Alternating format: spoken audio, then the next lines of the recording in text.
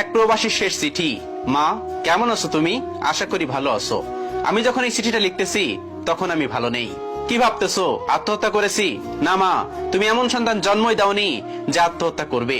আমার brain cancer ছিল। আজ থেকে 4 মাস আগে মেডিকেল চেক আপ করতে গিয়ে জানতে পারি ডাক্তার বলেছিল আমি আর 4 মাস এই দুনিয়াতে থাকবো। এই কথাটা শুনে আমার প্রচুর কষ্ট হয়েছিল। কত স্বপ্ন ছিল আমার পরিবারের সঙ্গে সুখে শান্তিতে বসবাস করব আমি, কিন্তু তার হলো না।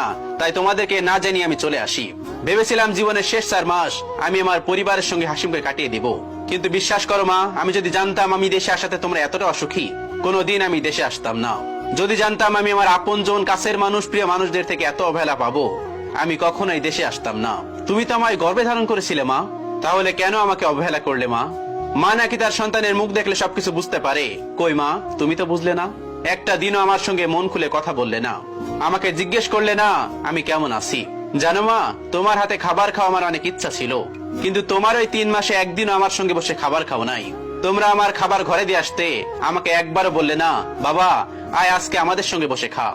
জানো মা, বাবা মাসের শেষে আমাকে কল দিত আর বলতো এই মাসের টাকাটা পাঠিয়ে দিস। সংসারে অনেক টাকার প্রয়োজন আমি জানি, কিন্তু বাবা কখনো আমাকে জিজ্ঞেস করেনি তুই কেমন আছিস। আসলে মা, তোমরা আমাকে ভুলে গিয়েছো। তোমার মনে আছে মা, আজ থেকে 10 বছর আগে বাবার একটা হাত এবং পা অচল হয়ে পড়ে। সেই সময় আমার বয়স ছিল মাত্র 15 বছর। সেই থেকে সংসারের হাল ধরতে হয়েছে। মানুষের জমিতে কাজ করতাম, মাটি কেটেছি। তুমি বলতে বাবা তুই একদিন অনেক বড় হবি। তোমার সেই ছোট্ট ছেলে আজ অনেক বড় হয়েছে, আজ তাকে মৃত্যু নিতে এসেছে। তবে মা, আজ আমি অনেক খুশি, আমাকে আর কোনো অবহেলা সহ্য করতে হবে না। জানো মা, সেই দূর প্রবাসে সূর্য ওঠার আগেই আমি কাজে চলে যেতাম, আবার রাতের বেলায় সূর্য ডুবে গেলে রুমে আসতাম। সূর্যের মুখ যে কতদিন দেখিনি মা, এই দূর প্রবাসে সেটা বলে বোঝানো যাবে না। তুমি বলেছিলে তোমার জন্য জিনিস নিয়ে আসতে মা, আমি নিয়ে এসেছি।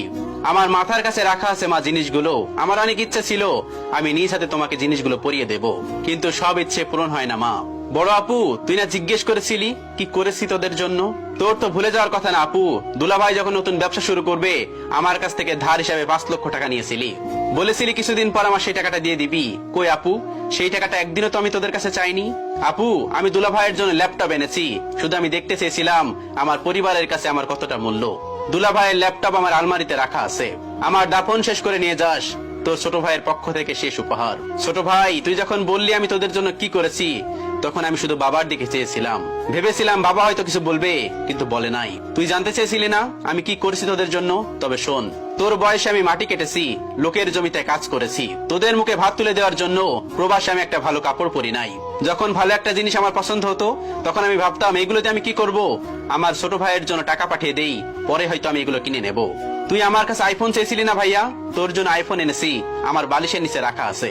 আমার লাশটা যখন বাইরে নিয়ে যাবে তখন তুই ফোনটা নিয়ে যাস আমার প্রিয় ভাই।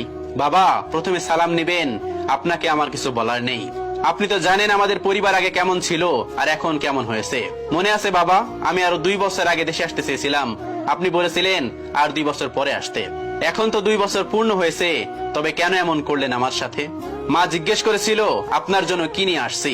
আমি এনেছি বাবা আপনার পছন্দের সোনালী কালারের ঘড়ি। আর আপনি বলেছিলেন আমার ছোট বোনের বিয়ের জন্য কিছু টাকা লাগবে। আমার কাছে টাকা নেই, তবে আমার জমানো 5 লক্ষ টাকা ছিল, সেই 5 লক্ষ টাকা তুলে আমি আলমারিতে রেখে দিয়েছি। আশা করি এই টাকাটা দিয়ে আমার ছোট বোনের বিয়ে দিতে পারবেন। ও আর একটা কথা, আমাদের তো অনেক লেনা দেনা, আমাকে মাফ করবেন, আমি ওইগুলো পরিশোধ করতে পারি নাই। আমার কাফনে কাপড়ের টাকাটা দয়া করে ধার করে এনে দিয়েন না।